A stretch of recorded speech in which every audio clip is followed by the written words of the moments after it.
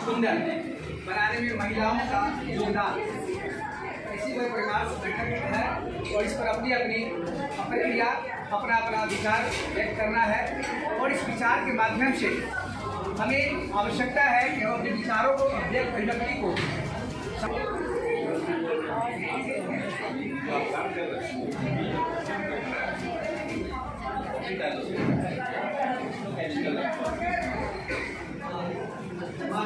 हमारे बीच है।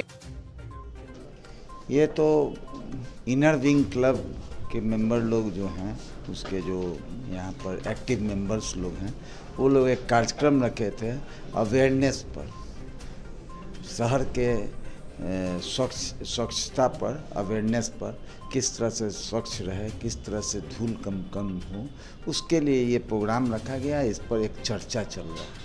क्या लगता है कि बिहार में पॉल्यूशन जो है वो जो बिहार की साफ सफाई है वो नहीं, ये नेगेटिव में आप नहीं जाइए। आप देखिए कि बिहार सरकार और केंद्र सरकार का एक योजना है नेशनल क्लीन एयर प्रोग्राम।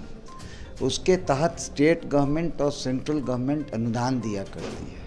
उसमें बहुत सारा काम किया जा सकता है। उस पर एक चर्चा चल रहा है, जैसे फाउंटेन लगाना, हर चौक चौराहे पर फाउंटेन लगाना, वृक्षारोपण का सघन वृक्षारोपण गंगा किनारे हो, ये सब पर एक चर्चा हो रहा है, अवेयरनेस हो रहा है। डॉक्टर्स हैं, इंजीनियर्स हैं, साइंटिस्ट हैं, सब तरह के लोग हैं, सोशल वर्कर्स हैं, सब लोग आए हुए हैं। उस पर एक चर्चा हो रहा है।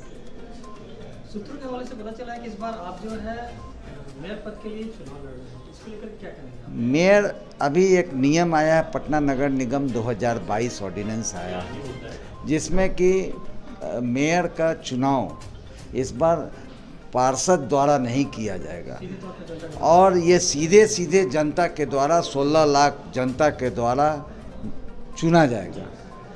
और इस बात के लिए सभी जगह हम लोग अभी प्रयासरत हैं कि लोगों को अवेयर कराते चलें इस बात से कि इस बार पार्षद चुनाव नहीं करेंगे मेयर का, इस बार आम लोगों का वोट से चुनाव होगा। सरकार के फैसले का आप समर्थन करते हैं?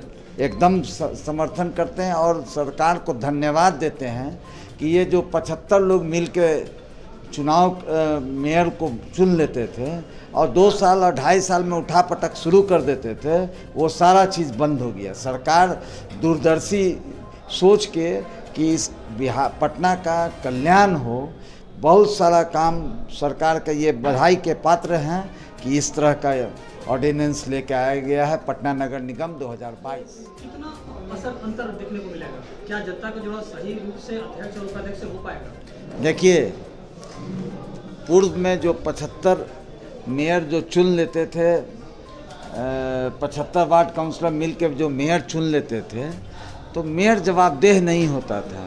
अब 16 लाख जनता का नुमाइंदगी कीजिएगा तो जवाब आपको देना पड़ेगा और हर पल देना होगा। जनता का ताकत सिरों पर। मेयर पद पे आ रहे हैं तो किन-किन मुद्दों के साथ आप? अभी अब नोटिफिकेशन आना बाकी है। जब नोटिफिकेशन आ जाएगा उसके बाद तय होगा कि क्या करना है। जनता को क्या कुछ संदेश देना चाहेंगे? जनता को यही संदेश देना चाहेंगे कि अभी हम लोग कर भी रहे हैं वही काम, अवेयर कर रहे हैं, और कोई भी हो कैंडिडेट, उनसे अपने क्षेत्र के बारे में, पॉल्यूशन के बारे में, वृक्षारोपण के बारे में क्या काम कीजिएगा, आपका रोड मैप क्या है, वो बिना पूछे, वोट तो बेशक देना है लेकिन बिना पूछे उनसे सवाल जवाब, वोट आंख बंद करके नहीं देना है।